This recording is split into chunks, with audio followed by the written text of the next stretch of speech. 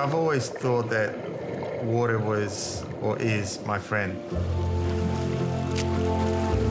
When I was competing, I wasn't scared of the fatigue or the pain. I used to love the process. And I think that's just a mindset that helped me to get to the level that I needed to in swimming. Michael Klim! Oh, wow! Can you believe that? It's going to be Michael Klim, another gold medal. For a period in time, Michael Klim was the most dominant swimmer in the world. Untouchable. And he's pumped. Intimidating to look at. Driven, focused, and determined to be successful. Michael Klim goes in, touches. Michael was world record holder in 100 butterfly, in 100 freestyle, world champion in 200 freestyle. Looked brilliant this morning. He brought with him like this rock star approach, and he just had a presence. And you knew when Michael Klim was ready to go. His body was his temple for such a long time, and that was taken away from him. He lost all the confidence he had in himself. When your identity is so ingrained in what you can do physically, and when that's removed, I thought that I wasn't going to be any value to anyone anymore.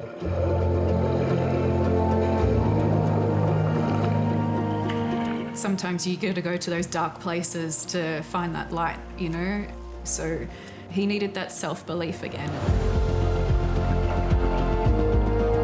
That's what swimming helped prepare him for, was, okay, I'm a fighter, and so I'm gonna tackle this like I did my swimming.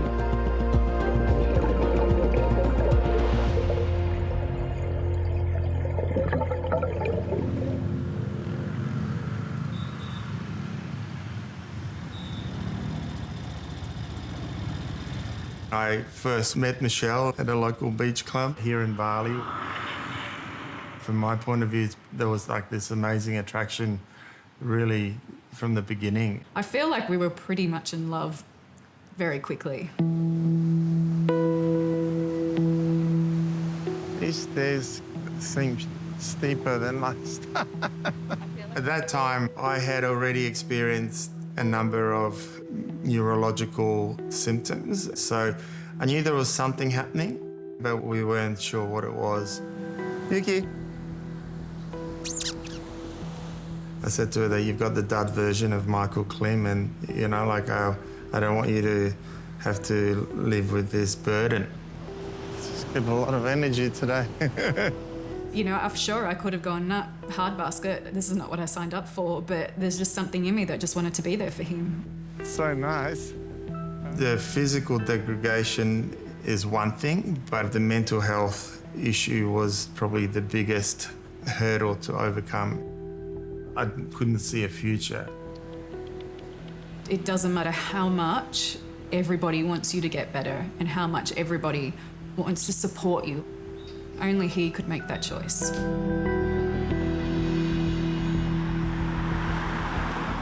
So you want to see some? Nie, ja pamiętam, że ten, ale przecież nie byłem. No nie. I had an affinity with the water, so it seems, from a very early age. And I think with all the things that were changing around me, you know, I felt like I could always jump in a swimming pool and belong there. That's a very Soviet-looking hat. I don't want to comment. We were born in Poland. I was, I think, 2.5. Michael was just under 1 when we moved to India. I was the commercial attaché in the Polish consulate in India, in Bombay, now Mumbai. He learned to swim there. This is my first ever swimming teacher, Mrs. Bettina. I spent 4.5 years there. Michael Koda, yes. It's got the pose. I've got the hand on the hip. You see? Came back to Poland again, and through Germany, Canada, and eventually ended up in Australia in 1989. And that all happened by the age of 11. That's why swimming was so important in my life, that I was able to slot in wherever I went. Oh, starting to get chubby here. We all love our food, Eastern European. Yeah, there was a lot of schnitzels and sausages. So I had a nickname at school, which was Chunky, and then I had another one, Lumpy. He was the youngest in the squad when we first arrived, and he was, you know, catching all these older kids. And then he's like, oh, well, if you're going to call me a lumpy, that's fine. I'm still faster than you.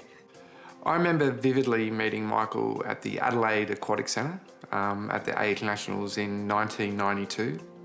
He had a very strong accent and bleached blonde hair and obviously an incredible swimmer.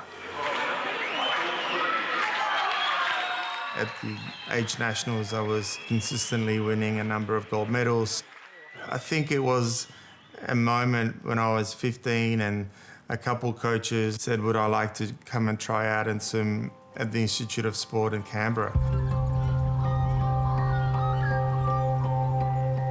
I was 17 when I first arrived here in Canberra, and basically this was my home for nearly 8 years. We were on the phone almost every day. I think he was homesick, you know. Michael is a very sensitive person, and I think that for him to settle down there, it was not easy. And it took me a little while to get, you know, the most out of the Institute, but everything that my swimming kind of taught me in a nutshell happened within these walls. 18-year-old Michael Klim has been tipped as the next great Australian sprinter in both freestyle and butterfly. It was before the 96 Olympic trials. I shaved my head for the first time. I think it was showing a state of mind that I was in, that I was prepared to, I guess, take on anything, and I was ready for battle. In the heats this morning, one of the finds of the meet, Michael Klim qualified fastest. Oh, Kowalski! No, Klim's got it. Klim and Kowalski both automatically qualify for Atlanta. The Olympic flame is burning tonight in Atlanta. We both raced on day one, the 200 freestyle, and he went in ranked #1 in the world. And I remember him touching the wall and he just missed out on the final. It was devastated for him, not for us, you know, because you come the rank #1 in the world and then you don't qualify to the final. I remember going to see Mum and Dad, and I was crying and I had a cap on, and then there was this cameraman who put his camera right there, and like it's almost like the tears stopped instantaneously, and I still have the photo and I'm turning around and smiling. Like I didn't want to show them that I was broken. I already started planning for that next assault, whatever that was going to be. One of the most impressive things for me about Michael was the way he rebounded from the 1996 Olympics. And in 1997, all he did was race. You know, he really dedicated his whole life to his craft. Klim stunned the swimming world last night with his time at the National Championship. Michael Klim! Oh, wow. Can you believe that?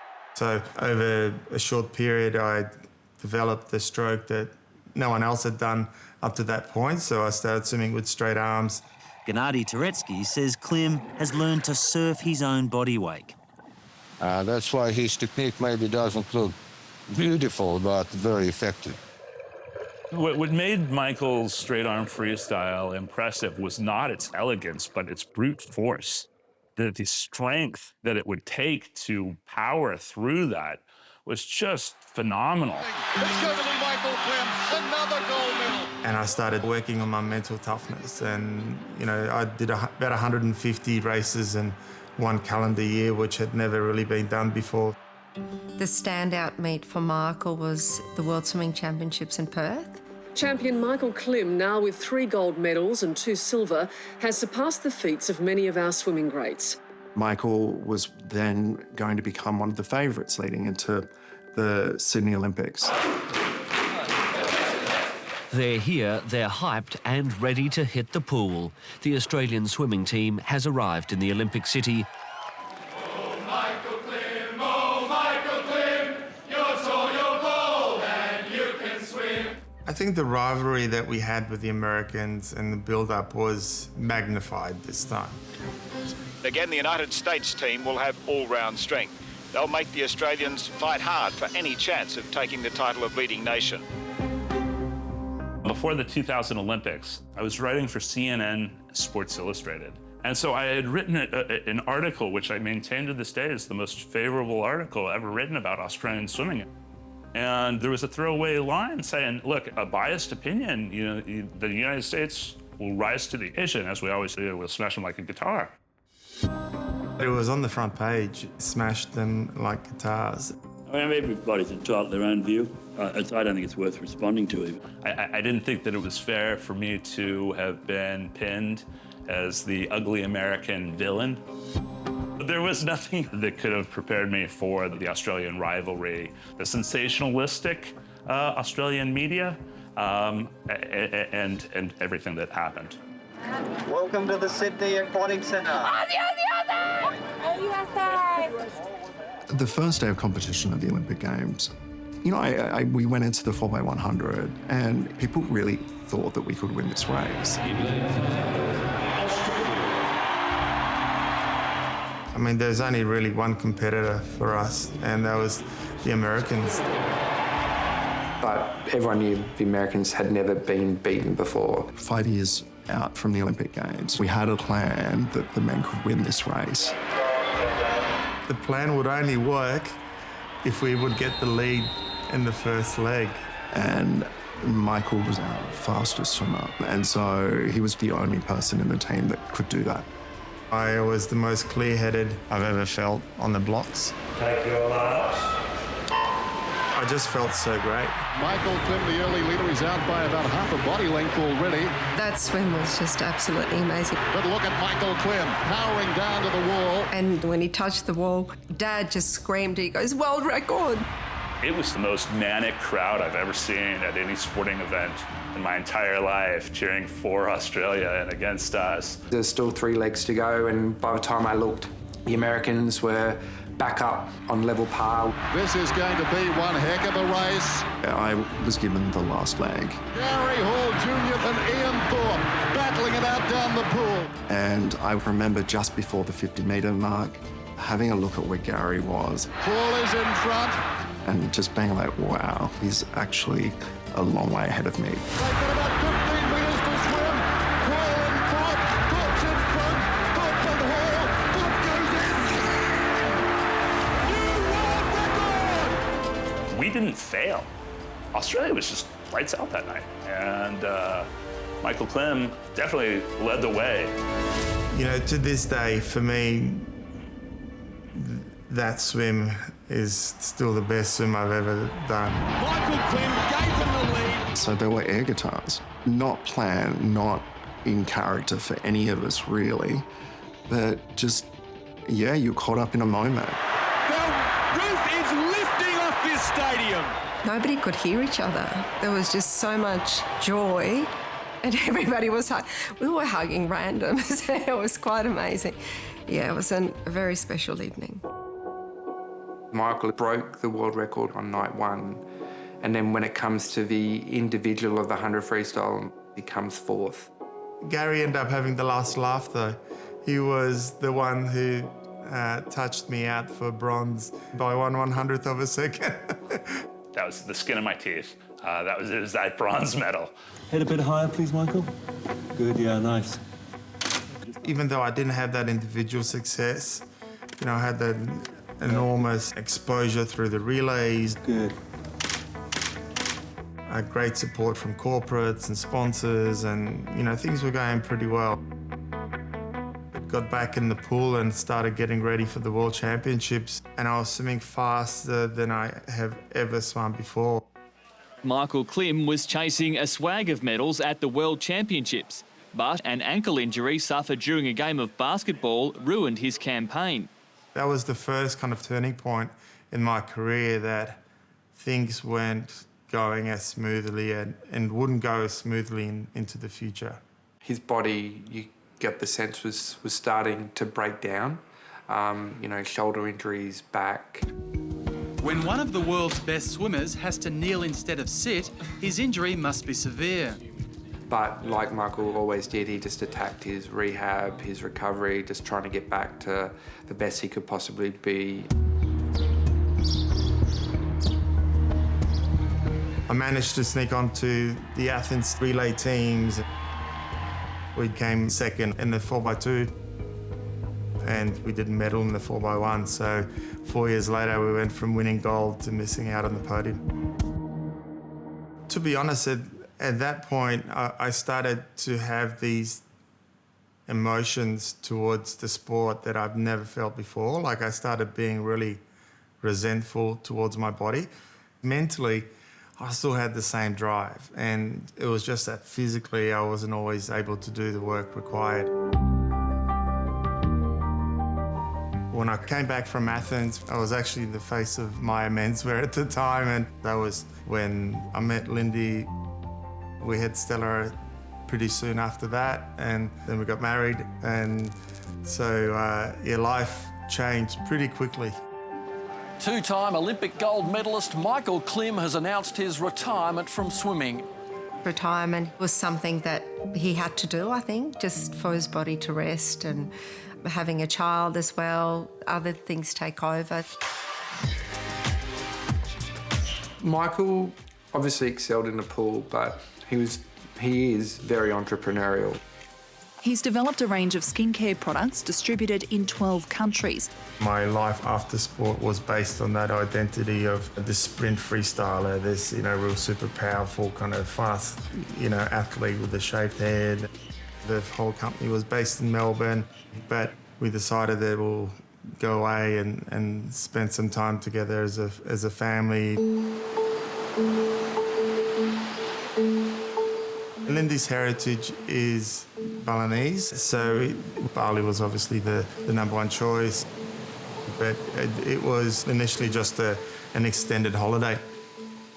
So I was 5 when I moved to Bali, because Frankie, I was like a couple months. Yeah, you were 6 months old. Yeah. I loved growing up in Bali. I don't think I would have had it any other way.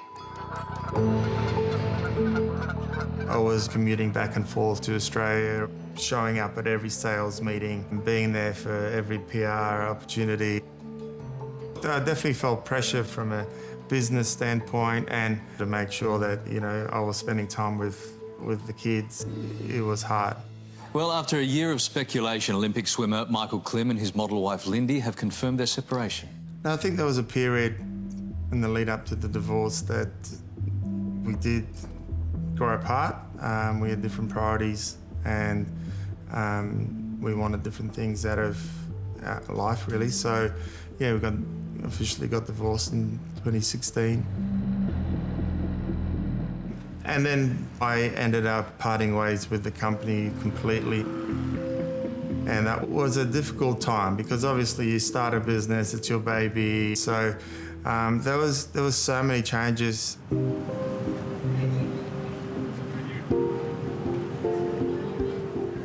In 2019, I started getting a lot of physical symptoms. There was tingling in my shins and quads.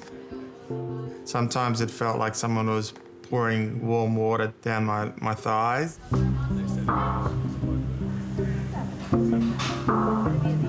But the most visible and most ones that affected me the most was the lack of function and the lack of strength of being able to move my toes or to, do calf raises. To the best of your ability, take your weight to the right. So I had some nerve and muscle biopsies and nerve conduction studies, a number of blood tests. And turn around for me. The brightest thing that happened in that bad period is obviously I met Michelle. He was so open about what he was going through, even though we didn't realise at the time exactly what it was. I just assumed that it was something that was happening but was fixable and mendable. At the end of 2019, Michael was going to KL for work, and he had called me and he was just in a panic going, I can't walk, I can't get up, I'm on the floor in the terminal and I can't stand up, and he was just so distressed. Within a year, I lost pretty much all the muscles in my right leg, right calf, and just when you're seeing your muscles wasting away in front of your eyes, no matter how many exercises you do, that was kind of a sign that there was something happening. Michael would be walking around in the house with the kids and I at home, and we just hear this thud, and we just go, what is that? And we'd realise Michael has fallen over. And that was starting to happen a lot more. We were all just pretty scared I think he was obviously the most scared because he had no idea, but then us on the sidelines not being able to communicate what was happening, all of it was just pretty full on. So today's a big day. Had a couple of tests already, the X-rays and CT. Heading down for the MRI in a minute, but it's for the first time I kind of felt like the future is a little bit unknown for me at the moment, which is a bit confronting. The diagnosis came, I guess, officially when I had a back operation in 2020. And that's when sort of our doctors officially gave us the diagnosis of CIDP. I had no idea what it was, never heard of it before. It's autoimmune derived, but the symptoms are neurological. CIDP stands for chronic inflammatory demyelinating polyneuropathy. And simply put, it's an autoimmune condition where the body's attacking the peripheral nerves.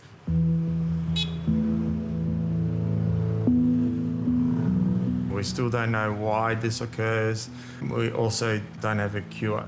So there was this huge uncertainty from my standpoint in terms of the future. I think you struggled mentally, which was the worst situation which we could experience. Seeing your son depressed, and completely without belief that anything can be better. I was avoiding the emotions of grief and sadness and resentment, and I was masking it still with painkillers and alcohol. I think the hardest is when you can't help them. It's out of your control. You can only be there for them, and you can just continue to be supportive. Yeah, I wish some days I'm like, I wish it was me. Why is it him? It was definitely a grieving process of a loss of identity from who he was to where he was going. It was just a really, really hard time for everybody. I think there was a period where, physically I changed so much. Like my legs kind of faded away, my calf muscles were gone. I was using a walking stick. I started putting on weight from medication, and I started saying no to a lot of opportunities. I think he had a moment where somebody yelled out and said, "Oh, Klimmy, are you drunk?" And, I think he realised he's just going to have to come out and say, I'm unwell. So what has happened to your legs? Basically, I've lost sensation in both of my feet. When he put his situation publicly, it was much better. It was like a medicine for him. I give myself about an hour a day to feel sorry and angry and frustrated, and then move on with the rest of life. And I just can't imagine that relief when he was finally able to talk about it and not worry what people are going to think and going to say. And I think people really admire and respect him even more now.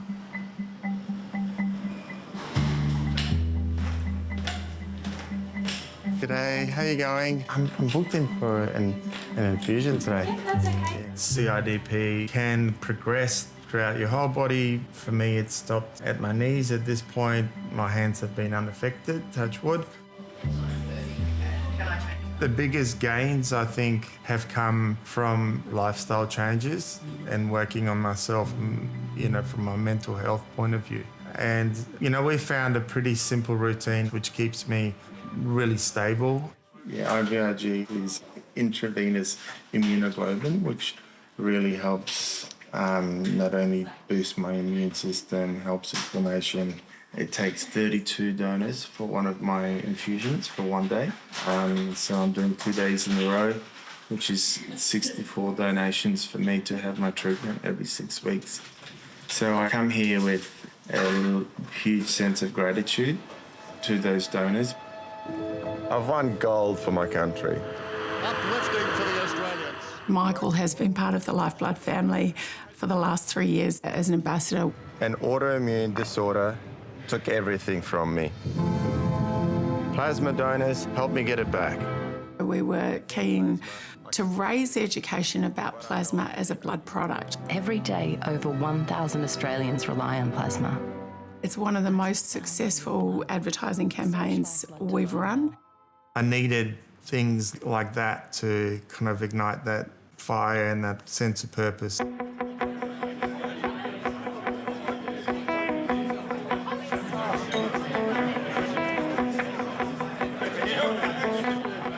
So yeah, we set up the Klim Foundation in 2024.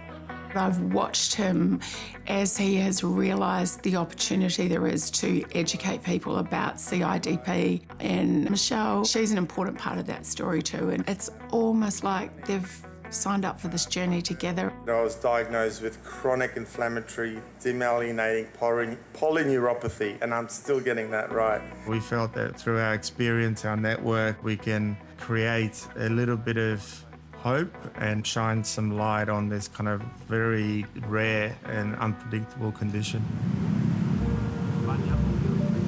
You guys ready? Goggles on, cap on. Nice and smooth. Let's work on body position off each wall. Okay, ready? Up. I definitely saw the shift in him, that he started to feel less sorry for himself and prioritise the future. That freestyle looks really good. Let's try and just rotate a little bit more, okay? And I think now where he is amazing. And this is kind of like the person I feel like he was when I met him. Right, 15 metres past. You know, grip the lid of the blocks, throw your arms back. I've got my drive back. On pool deck, I'm coaching, I'm travelling a lot. Take him up. I just think Dad has handled it in such a good way of being able to turn such a negative into a positive, and has just inspired so many other people. And to be at such a high level of something and get down to the bottom and now bring himself all the way back up is just so impressive. Yuki. Wow. My perception of success maybe initially was gold medals, world records, then kind of financial success. And then I realized actually recently that success has got really nothing to do with you know, your bank account. She doesn't stop. It has given him a completely fresh outlook on how he sees himself and how the rest of the world will see him from here on out.